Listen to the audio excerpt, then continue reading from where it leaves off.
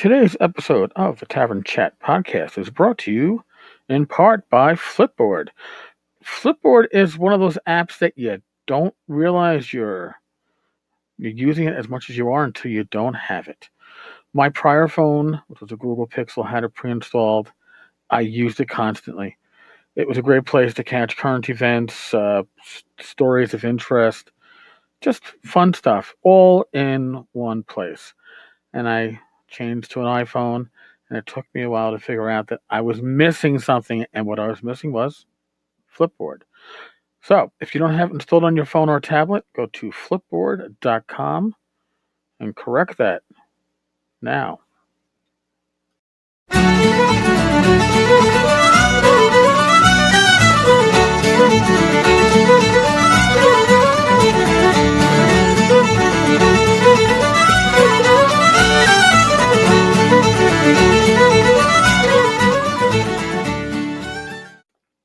Hello, and welcome to the Tavern Chat podcast.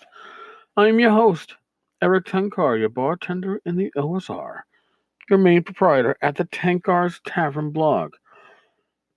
So, after I had my thoughts about the common language, I thought about some uncommon language that are certainly tropes when it comes back to AD&D. And that would be alignment languages. Now, I'm going to read a little bit about this. In addition to the common tongue, by the way, this is Player's Handbook, page 34. In addition to the common tongue, all intelligent creatures able to converse in speech use special languages particular to their alignment. These alignment languages are chaotic evil, chaotic good, chaotic neutral, lawful evil, lawful good, lawful neutral, neutral evil, neutral good, and neutrality. The alignment of your character will dictate which language he or she speaks, for only one alignment dialect can be used by a character. So, is it a language or is it dialect? Because isn't a dialect, as far as I understand, like a regional version of another language? But I digress. If a character changes alignment, the previous known language is no longer able to be spoken by him or her. Now, there's an exception to this little rule that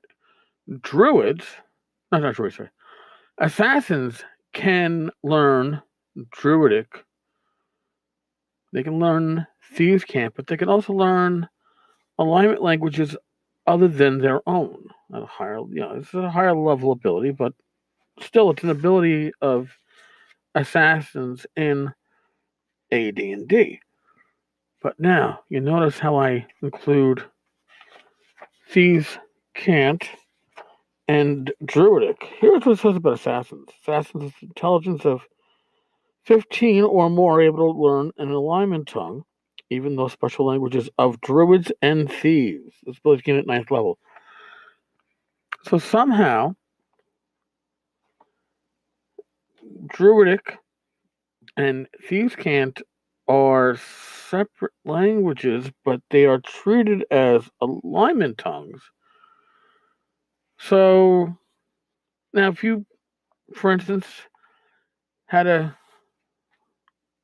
druid or thief character, you would speak, and assuming that your character is human, we're not going to get to the point with the demi-humans and their alphabet soup of languages available. But let's just take a look at, you're playing a thief.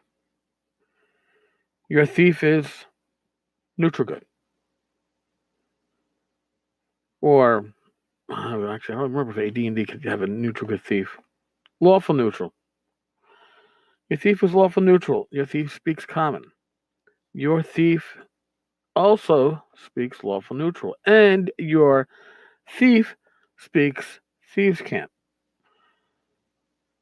That's a lot of languages. And your thief could have an intelligence of 3, be barely functional, be totally illiterate, and yet speak 3 languages, according to the AD&D rules, which treats things like alignment tongues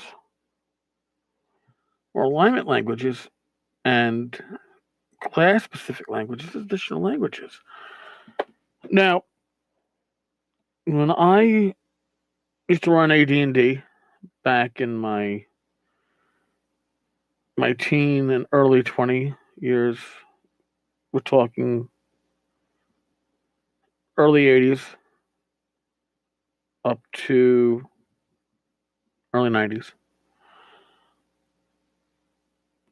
I had an issue with some of this because if you have two lawful good characters, can they converse and have a conversation that nobody else can understand? Now, they do make a mention here about alignment tongues. And it is in most campaigns, it is likely that open alignment speech will be frowned upon as a serious breach of social etiquette. Interesting. But if two characters were to whisper back and forth in lawful good, does that mean that only lawful good individuals could understand a conversation if they overheard it? Why would you ever whisper? It's a breach of social etiquette. That's fine, but if you have the same alignment as somebody else, why would you ever have an important conversation in anything other than the alignment tongue? You're lawful evil. You are the lord of a keep that you know adventurers have been trying to break into and trying to raid and trying to steal shit from. And you talk to your main underling in your office. Or you give your troops instructions. The vast majority are going to be lawful evil like you. You suspect the players, or you suspect that there are adventurers spying on you. Why would you ever speak in common if this was its own language? I have issues with it. It's not like it's what it morphs into in, later editions. The language of Celestials or the lower planes or whatever the fuck it is. This is language spoken by the common person. Now, even if you say, well, it's kind of like Latin is or was the official language of the Catholic Church, or Greek for Eastern Orthodox, maybe, or not even official. It still makes no sense. Now, could this language only be used to discuss things that are alignment related?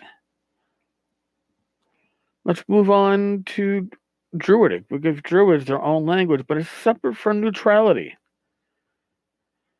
So apparently, it's a language that only Druids speak to Druids. Thieves can't. I always thought of thieves can't as the slang that was used by thieves. In a lot of ways similar to slang used by police. When they refer to somebody as a skell, as a cop, you generally a skell would be generally these days it's probably a heroin addict, thin, looking very unhealthy, doing that junkie weave. Perp, short for perpetrator.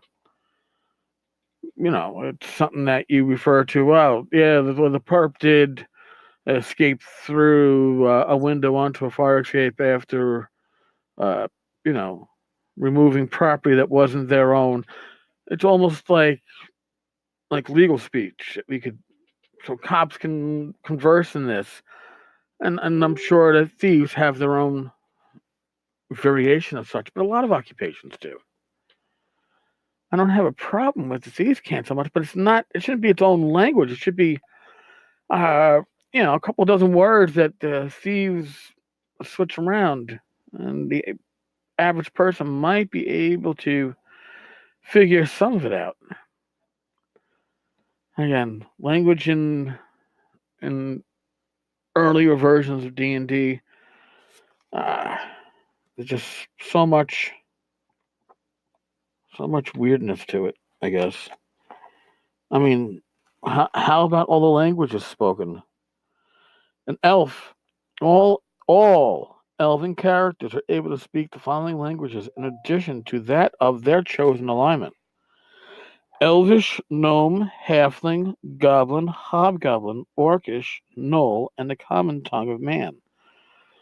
Alignment tongue 1, Elvish 2, Gnome 3, Halfling 4, Goblin 5, Hobgoblin 6, Orcish 7, Gnoll 8, common tongue 9.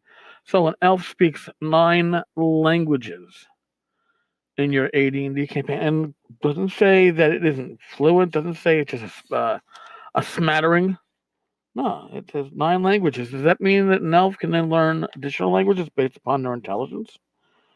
If my elf has an intelligence of 16, I can tack on another 5, or all right, 18. I can tack on number 7. I can learn 16 languages. Yeah. There are certain things that break down when you look at it a little bit closely, and that's one of them. I consider myself a fairly intelligent individual, but languages are not my strong point. I consider myself to be illiterate and not even functional in German and Spanish. I may possibly get a few words here and there, and I've taken both in high school and college. So to say that your average elf is speaking 9 languages out of the gate just seems a bit much.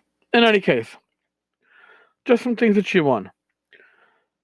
Thank you so much, folks. Thank you for listening. Thank you for stopping by.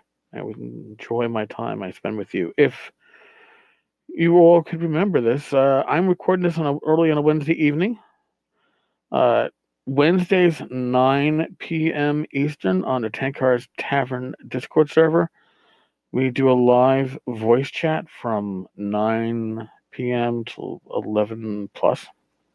It's a great hangout. We talk about stuff going on in the hobby. We throw things back and forth. We throw geek things out. Sometimes people shake me down for some of my police history. It's just a good time. So think about it. 9 p.m. Eastern, whatever we're in daylight time, I guess. But in any case, 9 p.m. Eastern, Wednesday nights. Join us. All right, folks. I will catch you all on the flip side. Later.